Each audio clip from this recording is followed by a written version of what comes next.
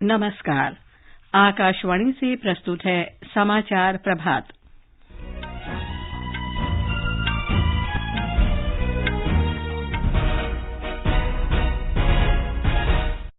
राष्ट्रपति द्रौपदी मुर्मू नई दिल्ली के प्रगति मैदान में पुस्तकालय महोत्सव का उद्घाटन करेंगी।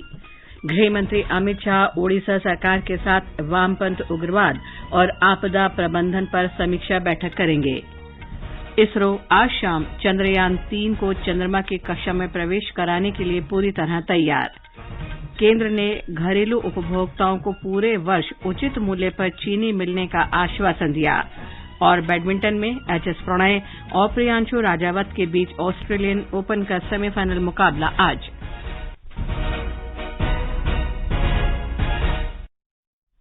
समाचार प्रभात के साथ मैं लवली निगम। राष्ट्रपति द्रौपदी मुर्मू आज नई दिल्ली में प्रगति मैदान में पुस्तकालय महोत्सव का उद्घाटन करेंगी। 2 दिन के इस महोत्सव में दुनिया भर के प्रसिद्ध पुस्तकालयों की विशेषताओं को दर्शाया जाएगा। इसका उद्देश्य भारत में पुस्तकालयों के आधुनिकीकरण और डिजिटीकरण पर चर्चा की शुरुआत करना है। एक रिपोर्ट। यह आयोजन पुस्तकालयों के विकास और डिजिटीकरण को बढ़ावा देने तथा देश में पढ़ने की संस्कृति को बढ़ावा देने के प्रधानमंत्री के दृष्टिकोण के अनुरूप है। इसका उद्देश्य देश में ग्रामीण और सामुदायिक स्तर तक आदर्श पुस्तकालयों के विकास के लिए कार्योन्मुखी नीतियां तैयार करना है। इसके साथ ही देश भर में पुस्तकालयों की विशेष रैंकिंग प्रणाली की शुरुआत भी हो जाएगी और इससे पुस्तकालय के क्षेत्र में उत्कृष्टता और नवाचार को बढ़ावा मिलेगा। आज इस महोत्सव के उद्घाटन अवसर पर उपराष्ट्रपति जगदीप धनखड़ भी उपस्थित रहेंगे। समाचार कक्ष से फरहत नाज। गृहमंत्री अमित शाह आज ओडिशा की राजधानी भुवनेश्वर में कई कार्यक्रमों और बैठकों में शामिल होंगे। वे कल देर रात भुवनेश्वर पहुंचे। श्री शाह ओडिशा सरकार के साथ वामपंथ उग्रवाद और आपदा प्रबंधन की समीक्षा बैठक करेंगे। मुख्यमंत्री नवीन पटनायक भी इन बैठकों में उपस्थित रहेंगे। गृहमंत्री ओडिशा में भारतीय राष्ट्रीय राजमार्ग प्राधिकरण की कुछ परियोजनाओं का उद्घाटन भी करेंगे। बाद में वो भारतीय जनता पार्टी के प्रदेश कार्यालय के नवनियुक्त अधिकारियों के साथ बैठक में अगले वर्ष लोकसभा चुनाव और राज्य विधानसभा चुनाव की तैयारियों की चर्चा करेंगे। श्री शाह केंद्र की मोदी सरकार की 9 वर्षों की उपलब्धि जन जन तक पहुंचाने के तौर तरीकों पर भी पार्टी अधिकारियों को संबोधित करेंगे। भारतीय अंतरिक्ष अनुसंधान संगठन इसरो ने कहा है कि चंद्रयान-3 आज शाम 7 बजे चंद्रमा की कक्षा में प्रवेश करेगा। यह अंतरिक्ष यान चंद्रमा तक की लगभग 2/3 दूरी तय कर चुका है। इस यान के 23 अगस्त के आसपास चंद्रमा के दक्षिणी ध्रुव के पास उतरने की संभावना है। एक रिपोर्ट। चंद्र ग्रह को चक्कर लगाते हुए चंद्रयान-3 उपग्रह धीरे धीरे समीप पहुंचेगा। उसके बाद जब वह 100 किलोमीटर की दूरी पर चंद्रमा की चारों ओर घूमना शुरू करेगा, तब ऑर्बिटर से लैंडर और रोवर अलग हो जाएगा। लैंडर को धीरे से चंद्रमा के सतह पर उतारा जाएगा और उसमें से रोवर नीचे उतरकर सतह पर घूमेगा। कुल 40 दिनों की यात्रा करने के बाद लगभग अगस्त 23 तारीख को वो क्षण आएगा जब लैंडर चंद्रमा के दक्षिण ध्रुव के पास उतरेगा, जो एक बड़ा सवाल माना जाता है। ये संभव हुआ तो भारत विश्व का चौथा राष्ट्र होगा जिसने उपकरण को चंद्र ग्रह में उतारा हो। सुधींद्र, आकाशवाणी समाचार, बेंगलुरु। ये समाचार आकाशवाणी से प्रसारित किए जा रहे हैं। ताजा समाचार जानने के लिए आप हमारे Twitter handle @AIR news Hindi को फॉलो कर सकते हैं। केंद्र सरकार ने कहा है कि देश में पर्याप्त चीनी उपलब्ध है। उपभोक्ता मामले, खाद्य और सार्वजनिक वितरण मंत्रालय ने एक बयान में कहा है कि पिछले महीने तक देश में लगभग 108 लाख मीट्रिक टन का चीनी स्टॉक था। मंत्रालय ने कहा कि यह स्टॉक अक्टूबर 2022 से सितंबर 2023 तक के चालू चीनी मौसम के बाकी बचे महीनों की घरेलू मांग को पूरा करने के लिए पर्याप्त है। मंत्रालय ने कहा है कि घरेलू उपभोक्ताओं को पूरे साल उचित मूल्य पर चीनी मिलती रहेगी। उच्चतम न्यायालय ने भारतीय पुरातत्व सर्वेक्षण ASI द्वारा वाराणसी में ज्ञानवापी परिसर में सर्वेक्षण पर रोक लगाने से इंकार कर दिया है। न्यायालय ने कहा कि स्थल पर कोई खुदाई नहीं की जाएगी और ढांचे को कोई नुकसान नहीं होगा, जिसके बाद सर्वेक्षण की अनुमति दे दी गई। उच्चतम न्यायालय ने भारतीय पुरातत्व सर्वेक्षण को अनुमति दिए जाने के इलाहाबाद उच्च न्यायालय के विरुद्ध दायर अंजुमन इंतजामिया मस्जिद समिति की याचिका खारिज कर दी। इस बीच भारतीय पुरातत्व सर्वेक्षण विभाग ज्ञानवापी परिसर में कड़ी सुरक्षा के बीच वैज्ञानिक सर्वेक्षण कर रहा है। प्रधानमंत्री कार्यालय में मंत्री डॉक्टर जितेंद्र सिंह आज जम्मू कश्मीर में उधमपुर जिले के पटनीटॉप में भारतीय जनता पार्टी की 2 दिन की कार्यशाला का उद्घाटन करेंगे। इस कार्यशाला में पंचायती राज संस्थाएं शामिल हो रही हैं। राज्य में इस वर्ष अक्टूबर नवंबर में पंचायत और स्थानीय निकाय चुनाव और अगले वर्ष लोकसभा चुनाव होने हैं। कार्यशाला में ब्लॉक विकास परिषद और जिला विकास परिषद के सदस्य शामिल होंगे। राष्ट्रीय स्वास्थ्य प्राधिकरण एनएचए ने आयुष्मान भारत डिजिटल मिशन के अंतर्गत अपनी डिजिटल स्वास्थ्य प्रोत्साहन योजना की अवधि को इस वर्ष 31 दिसंबर तक बढ़ा दिया है। स्वास्थ्य मंत्रालय ने कहा है कि डिजिटल स्वास्थ्य प्रोत्साहन योजना के अंतर्गत डिजिटल स्वास्थ्य रिकॉर्ड की संख्या और रोगियों के आयुष्मान भारत स्वास्थ्य खाते के नंबरों से संबंधित डिजिटल स्वास्थ्य रिकॉर्ड पर 4 करोड़ रुपए तक का प्रोत्साहन दिया जा रहा है। स्वास्थ्य मंत्रालय ने यह भी कहा है कि योजना देश भर में स्वास्थ्य देखभाल प्रदान करने में डिजिटल स्वास्थ्य प्रौद्योगिकियों को अपनाने को बढ़ावा देने में उत्प्रेरक के रूप में काम करती है। महाराष्ट्र सरकार का पर्यटन निदेशालय 12 और 13 अगस्त को प्रभु श्रीराम महोत्सव आयोजित कर रहा है। 2 दिन के इस महोत्सव में 12 अगस्त को पर्यटकों के लिए रामायण सर्किट भ्रमण कार्यक्रम आयोजित किया जाएगा। पर्यटकों को नासिक में भगवान राम से संबंधित पर्यटन स्थलों को देखने का अवसर मिलेगा। अंजनेरी, कावनई, ताकेट, तपोवन, कालाराम मंदिर, सीता गुफाएं और रामकुंड में पर्यटन स्थल मौजूद हैं। कोयम्बटूर कभी अपनी जीर्ण शीर्ण झीलों तथा गंदगी के लिए पहचाना जाता था। अब वो अपनी झील प्रबंधन के लिए देश के सभी नगरों के लिए रोल मॉडल बन गया है। केंद्र सरकार के स्मार्ट सिटी मिशन के अंतर्गत इन झीलों को सलीके से विकसित किया गया है, जिनसे कोयम्बटूर की सुंदरता को 4 चांद लगे हैं और पर्यटन के नए केंद्रों का सृजन भी हुआ है। एक रिपोर्ट। स्मार्ट सिटी मिशन के तहत कोयम्बटूर में 7 झीलों का कायाकल्प किया जा रहा है। इसके लिए लगभग 7,500 लोगों को यहां से हटाकर बेहतर तरीके से बसाया गया है और 28 एकड़ जमीन मुक्त कराई गई है। कोयम्बटूर नगर निगम आयुक्त एम प्रताप ने आकाशवाणी समाचार को बताया कि स्मार्ट सिटी मिशन के इस नवाचार से कोयम्बटूर में भूजल का स्तर बढ़ गया है और करीब 20,000 एकड़ कृषि क्षेत्र को सिंचाई के लिए पानी मिलने लगा है। कोयम्बटूर ने प्रकृति के साथ अपने खोए हुए संबंधों को फिर से जोड़ लिया है और अब यह शहर वाटर स्पोर्ट्स, नौकायन, फूड कोर्ट, 9 किलोमीटर लंबे साइकिल ट्रैक और देशी विदेशी पक्षियों की मौजूदगी के जरिए अपनी प्राकृतिक विरासत को बेहतर ढंग से प्रदर्शित कर रहा है। संजीव शर्मा, आकाशवाणी समाचार, कोयम्बटूर।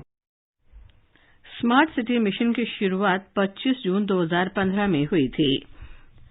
प्रधानमंत्री नरेंद्र मोदी कल वीडियो कॉन्फ्रेंस के माध्यम से देश भर के 508 रेलवे स्टेशनों के पुनर्विकास की आधारशिला रखेंगे। अमृत भारत स्टेशन योजना के अंतर्गत 24,470 करोड़ रुपए से अधिक की लागत से स्टेशनों का पुनर्विकास किया जाएगा। इन स्टेशनों को सिटी सेंटर के रूप में विकसित करने के लिए मास्टर प्लान तैयार किए जा रहे हैं। ये स्टेशन 27 राज्यों और केंद्र शासित प्रदेशों में फैले हुए हैं। वित्त मंत्री निर्मला सीतारामन ने कल चेन्नई में दक्षिणी क्षेत्र के क्षेत्रीय ग्रामीण बैंकों के अध्यक्षों और वरिष्ठ अधिकारियों के साथ बैठक की अध्यक्षता की। इसमें क्षेत्रीय ग्रामीण बैंकों के वित्तीय प्रदर्शन पर चर्चा हुई। वित्त मंत्री ने दक्षिणी क्षेत्र के क्षेत्रीय ग्रामीण बैंकों में प्रौद्योगिकी, ऋण प्रबंधन व्यवस्था और कोर बैंकिंग प्रणाली के समयबद्ध कार्यान्वयन की जरूरत पर बल दिया। उन्होंने प्रायोजित बैंकों से क्षेत्रीय ग्रामीण बैंकों और सूक्ष्म, लघु और मध्य उद्यमों के बीच मजबूत कड़ी बनाने का आग्रह किया। मौसम विभाग ने अगले 3 से 4 दिन में उत्तर पश्चिम भारत में तेज वर्षा की संभावना व्यक्त की है। उत्तराखंड, उत्तर प्रदेश, हिमाचल प्रदेश, पंजाब, हरियाणा, दिल्ली, पूर्वी राजस्थान और पूर्वी उत्तर प्रदेश में तेज बारिश का अनुमान है। मौसम विभाग ने अगले 5 दिन के दौरान अरुणाचल प्रदेश, असम, मेघालय, नागालैंड और मणिपुर में अत्यधिक वर्षा की भी संभावना व्यक्त की है। सूचना और प्रसारण मंत्री अनुराग ठाकुर ने लोगों से भारतीय खेल प्राधिकरण की हल्ला बोल श्रृंखला देखने का आह्वान किया है। इसमें एशियाई खेलों के 19वें संस्करण की तैयारी कर रहे भारतीय दल के एथलीटों की तैयारियों को प्रदर्शित किया गया है। एक ट्वीट में श्री ठाकुर ने कहा कि एशियाई खेल 2022 से सिर्फ 50 दिन पहले लोगों के लिए टीम इंडिया का समर्थन करने का समय आ गया है। ऑस्ट्रेलिया ओपन बैडमिंटन के पुरुष सिंगल सेमीफाइनल में आज एसएस प्रणय का मुकाबला प्रियांशु राजावत से होगा। क्वार्टर फाइनल में प्रियांशु राजावत ने किदाम्बी श्रीकांत को और प्रणय ने एंथनी सिनिसुका गिटिंग को हराया। हॉकी में एशियाई चैंपियंस ट्रॉफी में कल भारत और जापान के बीच मुकाबला 1-1 से ड्रॉ रहा। केन नागायोशी ने 28वें मिनट में जापान को बढ़त दिलाई, जिसे भारतीय कप्तान हरमनप्रीत सिंह ने 43वें मिनट में नाकाम कर दिया। कल भारत का मुकाबला मलेशिया से होगा। त्रिपुरा आजादी का अमृत महोत्सव के 1 वर्ष पूरे होने के अवसर पर मेरी माटी मेरा देश अभियान में शामिल होगा। सूचना और संस्कृति सचिव डॉक्टर प्रदीप चक्रवर्ती ने कल राजधानी अगरतला में ये जानकारी दी। ये अभियान जन भागीदारी के साथ 9 से 30 अगस्त तक देश भर में चलाया जाएगा। श्री चक्रवर्ती ने कहा कि इस दौरान स्वतंत्रता सेनानियों और रक्षा विभाग, अर्धसैनिक बल तथा पुलिस बल के रूप में काम करते हुए प्राण न्यौछावर करने वाले वीरों को श्रद्धांजलि देने के लिए कार्यक्रम आयोजित किए जाएंगे। अभियान के दौरान पौधारोपण कार्यक्रम भी चलाया जाएगा, जिसके अंतर्गत अमृत सरोवर अथवा नदी और जलाशयों अथवा पंचायत परिसरों में 75 पौधे लगाए जाएंगे। सहभागियों को अभियान से जुड़ी सेल्फी को वेबसाइट मेरी माटी मेरा देश .gov.in पर अपलोड करने के लिए प्रोत्साहित भी किया जाएगा। केंद्रीय कृषि और किसान कल्याण मंत्री नरेंद्र सिंह तोमर ने कहा है कि सरकार का लक्ष्य चालू मौसम में पराली जलाना पूरी तरह से खत्म करना है। वे कल नई दिल्ली में पराली जलाने पर रोक के लिए आयोजित समीक्षा बैठक को संबोधित कर रहे थे। केंद्र सरकार भारत की समृद्ध और विविध समुद्री विरासत को प्रदर्शित करने के लिए अहमदाबाद के पास लोथल में एक राष्ट्रीय समुद्री विरासत परिसर विकसित कर रही है। पत्तन, पोत परिवहन और जलमार्ग मंत्री सर्बानंद सोनोवाल ने कल लोकसभा में ये जानकारी दी। भारतीय जनता पार्टी ने लोकसभा सदस्यों को व्हिप जारी कर इस महीने की 7 से 11 तारीख के बीच सदन में मौजूद रहने का निर्देश दिया है। पार्टी ने अपने 3 पंक्तियों के व्हिप में उनसे सरकार के रुख और विधेयकों का समर्थन करने को कहा है। सूत्रों ने बताया है कि पार्टी ने राज्यसभा सदस्यों के लिए भी व्हिप जारी किया है और उन्हें सोमवार को सदन में उपस्थित रहने के लिए कहा है। ये समाचार हमारी वेबसाइट newsonair.gov.in/हिंदी पर भी उपलब्ध हैं। और अब आज के समाचार पत्रों की सुर्खियों के साथ हैं विशाल शर्मा। धन्यवाद लवलीन। अखबारों ने आज अलग अलग खबरों को प्रमुखता दी है। ज्ञानवापी में जारी रहेगा वैज्ञानिक सर्वेक्षण, चुनौती याचिका खारिज, उच्चतम न्यायालय के इस फैसले को अमर उजाला सहित सभी अखबारों ने प्रमुखता से दिया है। पत्र आगे लिखता है, इसके साथ ही सख्त निर्देश दिए हैं कि संपत्ति को कोई नुकसान न पहुंचे। कांग्रेस नेता राहुल गांधी पर मानहानि मामले में सुप्रीम कोर्ट द्वारा राहत दिए जाने पर दैनिक जागरण की सुर्खी है, सीख के साथ सुप्रीम कोर्ट ने दोष सिद्धि पर लगाई रोक। 1300 रेलवे स्टेशन एयरपोर्ट जैसे बनेंगे। प्रधानमंत्री रविवार को 508 स्टेशनों के विकास की आधारशिला रखेंगे। नवभारत टाइम्स सहित सभी अखबारों में है। राजस्थान पत्रिका ने इसे अमृत भारत शीर्षक देते हुए पुनर्विकसित किए जाने वाले रेलवे स्टेशनों को भविष्य की झलक भी दी है। अनुच्छेद 370 हटाने की सालगिरह पर कितना बदला जम्मू कश्मीर शीर्षक से दैनिक भास्कर की खास खबर है, जहां गोलियां गूंजती थीं वहां सैलानियों का सैलाब। पत्र कहता है, बॉर्डर वाले इलाकों में पर्यटन शुरू होने से स्थानीय लोगों में उम्मीद जगी है। राजस्थान पत्रिका की सुर्खी है, कश्मीर बदलाव की बुलंदी पर सिमट रहा आतंक, पर्यटन दोगुना। चंद्रयान 3 पृथ्वी का दायरा छोड़ आज से चांद के चक्कर लगाएगा। हिंदुस्तान ने इसे सचित्र देते हुए लिखा है, पृथ्वी से प्रक्षेपित किए जाने के बाद अब तक 2/3 दूरी तय कर चुका है चंद्रयान। दुनिया के 80% लोगों ने जुलाई में झेली भीषण गर्मी। राष्ट्रीय सहारा ने इसे ग्लोबल वार्मिंग और अल नीनो का असर बताते हुए लिखा है कि सबसे बड़ा असर छोटे द्वीप और विकासशील देशों पर पड़ा है। साइबर क्राइम, फ्रॉड और ठगी के मामले बढ़ने पर दैनिक भास्कर ने पुलिस की सलाह को दिया है कि लालच से बचें। पत्र आगे लिखता है, जरूरत से ज्यादा जानकारी किसी को न दें, अनचाहे ईमेल या पेज पर ध्यान न दें। और अंत में मुख्य समाचार एक बार फिर। राष्ट्रपति द्रौपदी मुर्मू नई दिल्ली के प्रगति मैदान में पुस्तकालय महोत्सव का उद्घाटन करेंगी। गृहमंत्री अमित शाह ओडिशा सरकार के साथ वामपंथी उग्रवाद और आपदा प्रबंधन पर समीक्षा बैठक करेंगे। इसरो आज शाम चंद्रयान 3 को चंद्रमा की कक्षा में प्रवेश कराने के लिए पूरी तरह तैयार। केंद्र ने घरेलू उपभोक्ताओं को पूरे वर्ष उचित मूल्य पर चीनी मिलने का आश्वासन दिया।